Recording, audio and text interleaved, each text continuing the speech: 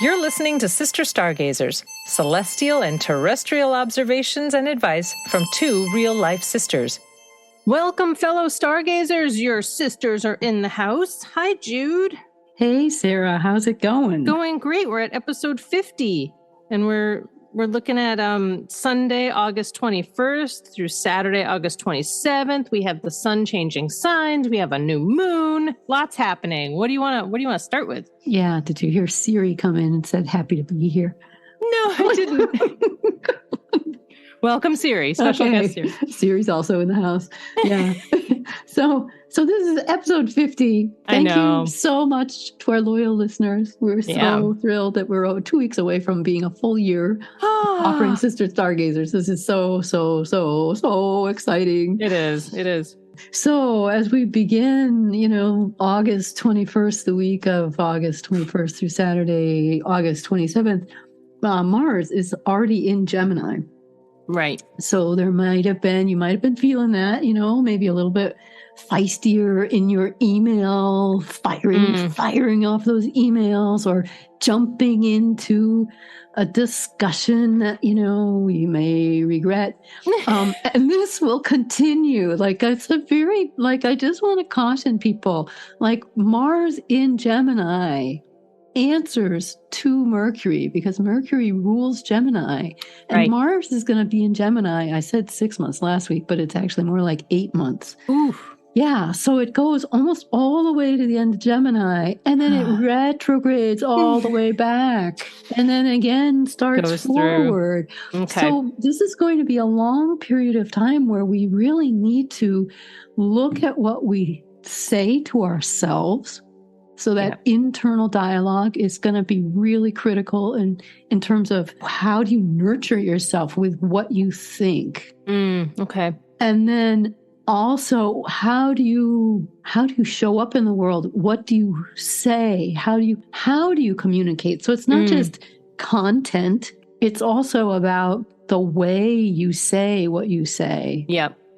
So there's a lot of propensity. So there's the scale is leaning towards hot-headedness and blurting out whatever it is on your mind. Yep. Like Facebook, blah, blah, blah, blah, Twitter, blah, blah. It's just blah. Yeah. Totally just kind of expunging. Expunging. That's a kind word for it. But, that's kind of the image, right? And we've got a lot of work to do. So it's not just about how we present or what we think or what we think about what we think about. Right. It's about really cleaning up the kinds of things that we're thinking about and the way that we're thinking about them. Okay. And Mercury this week is very active. So on Sunday, the 21st, Mercury opposes Neptune. So this is overstimulation of the imagination. Mercury's in Virgo, and it's very, that's Mercury's sign. Right. So it's one of the signs that Mercury rules, as well as Gemini. So Mercury in Virgo just really wants to pin everything down. It doesn't like anything that's nebulous. So when it's opposing Neptune in Pisces, whoa, everything's just kind of floating around. Yeah. And there could be this and there could be that. It's lots of right brain intuitive thinking, but it can also be confusion. Yeah. Right? Yep. Something and misdirected, misperception. And on the far end of the scale, all the way down, it could be deceit. So just be aware of that. On Monday, the 22nd, Mercury trines Pluto. So you have this kind of fuzzy, nebulous, overstimulated imagination, as well as possibly subtle perceptions that may or may not be right. And then you've got that whole bundle, Mercury trining Pluto. Okay. So are you going to communicate what you think, in a very powerful way when it might not be exactly right? Yeah. Yeah. So, because Mercury is trying Pluto, I have got the power. I know the truth. I'm going to lay some truth on you. And it might not be at all what you're thinking.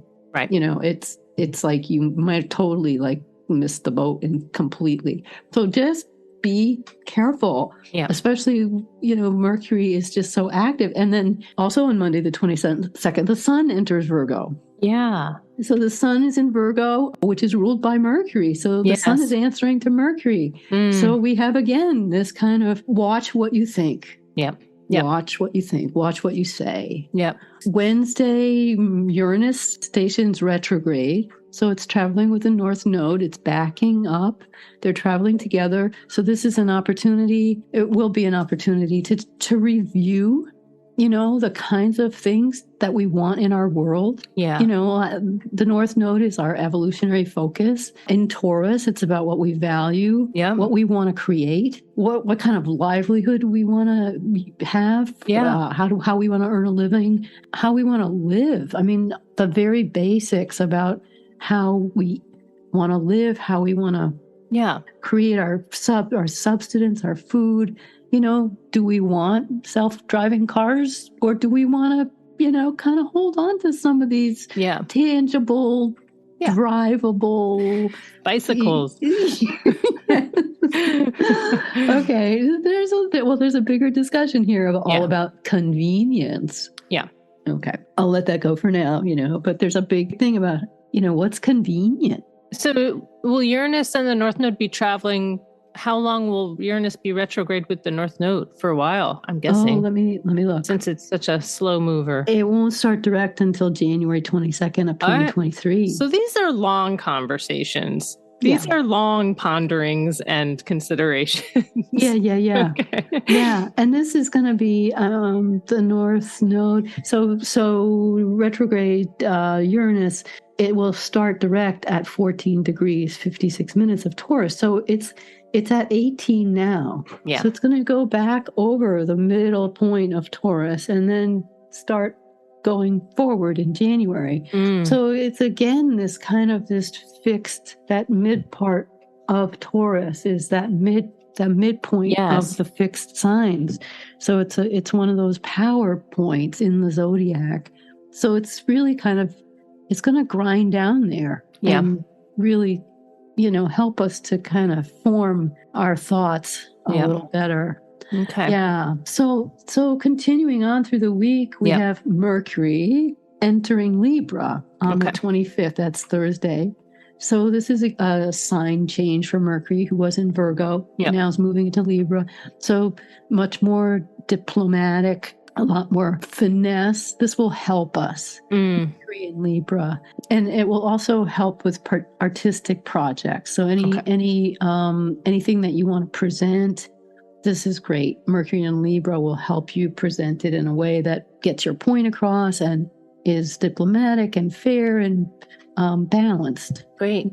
On Friday, the 26th, the moon is opposite Saturn. So this is starting to lead up to our new moon on Saturday, 27th in Virgo. But it won't get very far into Virgo until it meets up, the sun and the moon meet up at 4 degrees 03 Virgo, which is 5 Virgo, and that's where the new moon is. So on Friday the 26th, the moon is up opposing Saturn. So the moon in Leo, 20 degrees, opposing Saturn at 20 degrees. Does this ring